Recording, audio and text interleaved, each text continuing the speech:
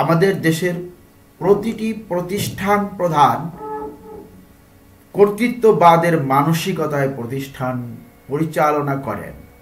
আজকের আলোচনা থেকে সে বিষয়টি স্পষ্ট হবে। প্রিয় দর্শক, কর্তৃত্ববাদ কি?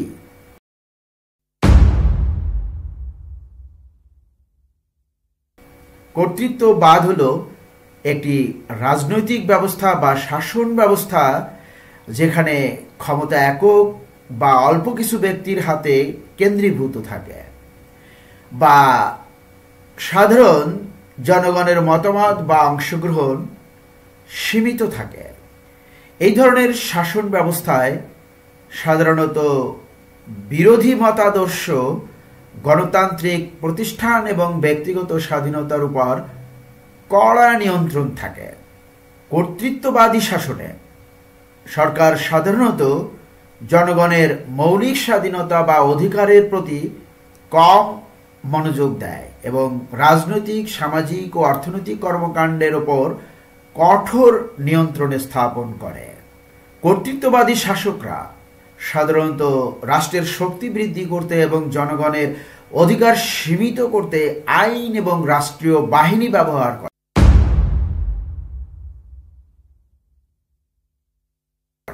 কর্তৃত্ববাদী শাসনের বৈশিষ্ট্য কি?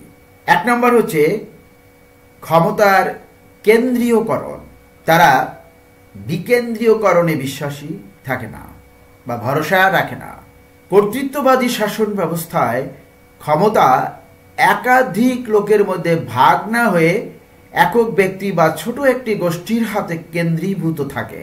সাধারণত শাসক বা নেতা সর্বাধিক ক্ষমতা ধারণ করেন এবং তার নিয়ন্ত্রণে রাষ্ট্রের সব গুরুত্বপূর্ণ সিদ্ধান্ত গৃহীত হয়। 2, গণতান্ত্রিক প্রক্রিয়া সীমিত। কর্তৃত্ববাদী শাসনে জনগণের মতামতের প্রতি কম গুরুত্ব দেওয়া হয় এবং মুক্ত নির্বাচন, রাজনৈতিক প্রতিযোগিতা বা গণতান্ত্রিক প্রতিষ্ঠানগুলো অত্যন্ত সীমিত বা পুরোপুরি নিষিদ্ধ থাকে। ভোট অধিকার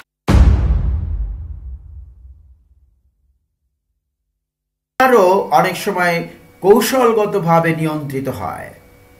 3, বিরোধী মতদ্বন্দ্ব দমন। কর্তৃত্ববাদী শাসন ব্যবস্থা বিরোধী রাজনৈতিক দল বা মতাদর্শ দমন করে। সংবাদপত্র, টেলিভিশন এবং অন্যান্য গণমাধ্যমে সরকারের সমালোচনা নিষিদ্ধ হতে পারে এবং সংবাদপত্রের স্বাধীনতা বন্ধ করা হতে পারে। 4, আইন শৃঙ্খলা বাহিনীর শক্তিশালী ব্যবহার। কর্তৃত্ববাদী শাসকরা আইন শৃঙ্খলা রক্ষাকারী বাহিনী বা সেনাবাহিনী ব্যবহার করে জনগণের ওপর কড়া নজরদারি ও দমন পীড়ন চালাতে পারেন। এই বাহিনী সাধারণত বিরোধী শক্তির বিরুদ্ধে শক্তি প্রয়োগ করে। 5, ব্যক্তিগত স্বাধীনতা হ্রাস। কর্তৃত্ববাদী শাসন ব্যক্তিগত স্বাধীনতা যেমন বাক স্বাধীনতা, সভা এবং প্রতিবাদ করার স্বাধীনতা, ধর্মাচরণের স্বাধীনতা ইত্যাদি সীমিত বা নিয়ন্ত্রণ করে। জনগণের স্বাধীনতা বা মৌলিক অধিকারের প্রতি কম মনোযোগ দেওয়া হয়।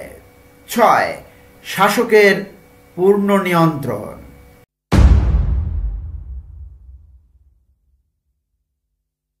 কর্তৃত্ববাদী শাসকরা সাধারণত নিজের নিয়ন্ত্রণ প্রতিষ্ঠা করতে রাজনৈতিক প্রতিপক্ষ এবং সমাজের অন্যান্য শক্তিকে দুর্বল করে দেয়। তারা প্রায়ই নিজেদের ক্ষমতা চিরস্থায়ী করতে নীতি বা সংবিধানে পরিবর্তন আনে। কর্তৃত্ববাদী শাসনের উদাহরণ: বিশ্ব ইতিহাসে বেশ কিছু কর্তৃত্ববাদী শাসন ব্যবস্থা রয়েছে, যেমন অ্যাডলফ হিটলারের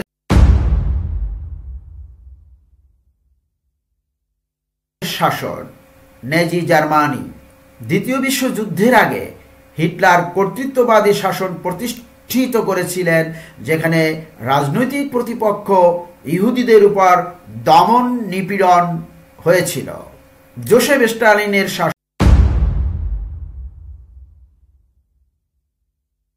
শাসন, সোভিয়েত ইউনিয়ন।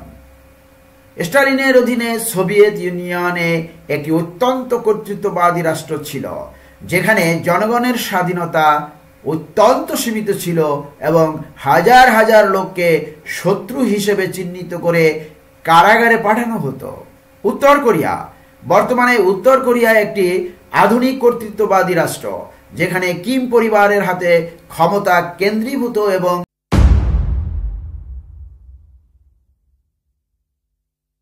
জনগণের রাজনৈতিক অধিকার ব্যাপকভাবে নিয়ন্ত্রিত।